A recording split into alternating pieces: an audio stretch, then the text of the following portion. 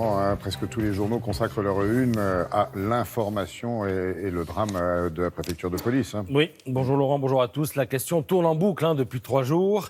Et je peux vous dire qu'elle n'a pas fini de tourner. Comment est-ce possible? Comment un terroriste a-t-il pu ainsi se lover au cœur même du dispositif censé lutter contre l'islamisme? Libération parle de séisme. Dans son édito, Alexandra Schwarzbrod n'exclut pas que Michael Harpon ait tranquillement siphonné les données de la direction du renseignement de la préfecture de police au profit d'une nébuleuse djihadiste. On serait face à un problème sécuritaire et politique majeur qui s'ajouterait au drame humain de jeudi, écrit-elle. Alors oui, comment ?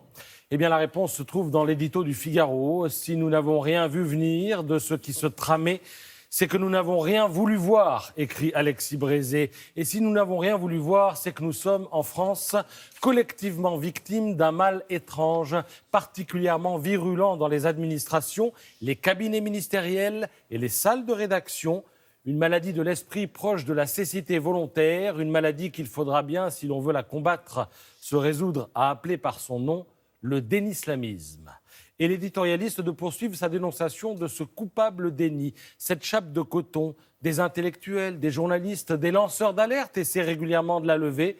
Il cite à juste titre Michel Houellebecq, Boualem Sansal, Riss de Charlie Hebdo, Zineb El Razaoui, Alain Finkielkraut et même Éric Zemmour. Le problème, dit-il, c'est qu'un mot de trop et les voilà convaincus d'amalgame, coupables de stigmatisation, pire encore, accusés d'islamophobie, car, nouveauté au pays de Voltaire, eh bien, les tribunaux ont désormais mission de défendre un culte contre le libre exercice de l'esprit critique. Pour les autres religions, on est beaucoup plus coulant. Alors à ceux qui auraient quelques doutes sur la réalité et les dégâts de ce dénislamisme, eh bien, je conseille vivement la lecture de Lacroix. C'est un policier qui parle. On peut toujours repérer des signaux faibles, mais ils ne suffisent pas à écarter les personnes, dit-il.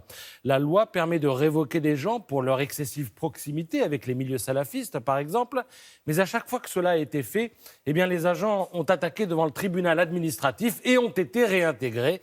Les signaux faibles ne suffisent pas. Et quand on repère les signaux forts, il est généralement trop tard. Dénislamisme suite. Quand il n'y a pas d'attaque, la surveillance se relâche, explique un policier. On a envie de passer à autre chose, mais il ne faut pas, parce qu'il y a des agents dormants en Europe, des personnalités entrées en 2015 avec les migrants syriens et qui sont en phase d'acculturation, qui apprennent à se dissimuler, mais qui sont là.